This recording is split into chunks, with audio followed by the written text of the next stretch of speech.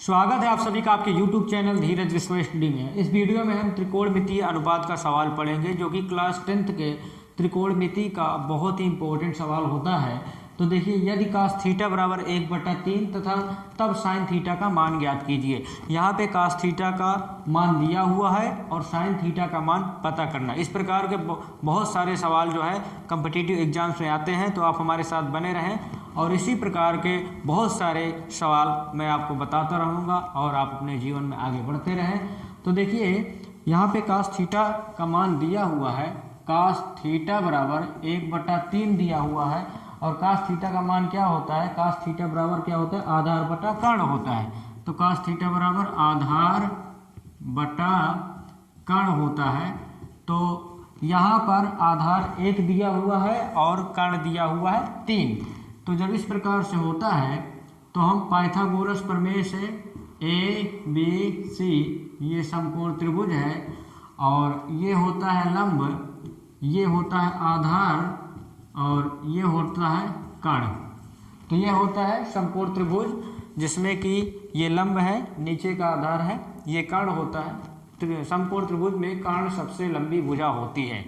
तो यहाँ पे cos थीटा बराबर 1/3 दिया हुआ है, तो cos थीटा का मान क्या होता है, आधार बटा कर्ण होता है। तो आधार 1 दिया हुआ है तो यहाँ पे हम लिख देते हैं आधार 1 और कर्ण कितना दिया हुआ है, 3। कर्ण दिया हुआ है 3, ठीक है। तो हमें क्या पता करना है, sin थीटा पता करना है। तो हम पाइथागोरस प्रमेय लगाते हैं। तो पाइथागोरस प्रमेय होता है कर्ण स्क्वायर बराबर लंब स्क्वायर धन आधार स्क्वायर, ये होता है पाइथागोरस प्रमेय।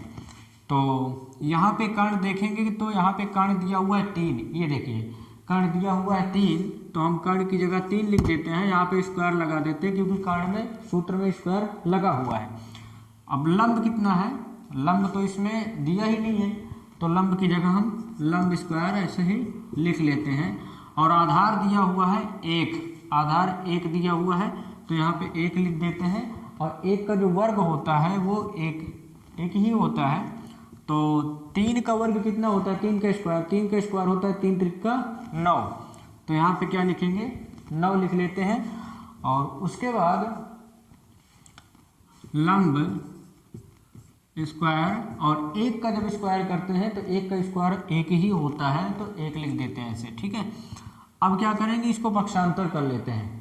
तो 9 अपनी तरफ है, लेफ्ट साइड में 9 है और इसको जब पक्षांतर करेंगे तो ये माइनस में आ जाता है क्योंकि चिन्ह जो है वो बदल जाता है।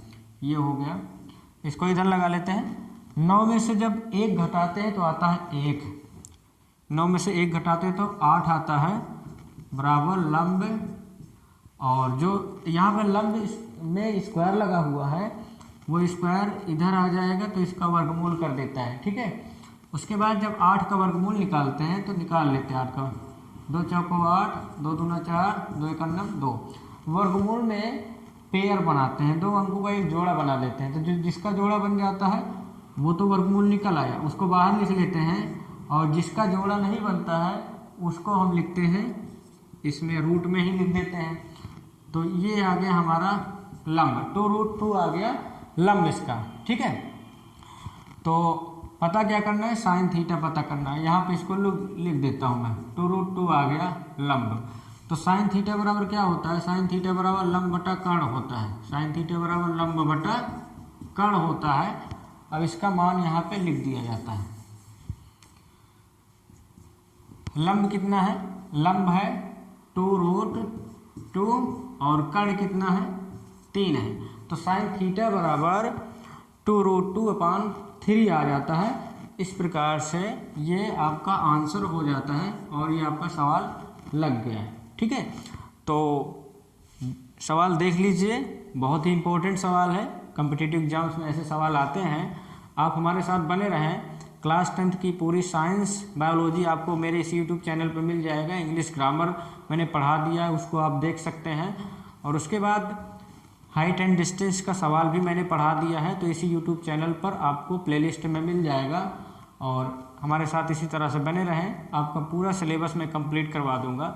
वीडियो पसंद आए तो लाइक करें, कमेंट करें, शेयर करें और चैनल को सब्सक्राइब करें। मिलेंगे अगले वीडियो में इसी तरह के सवाल के साथ। जय हिंद।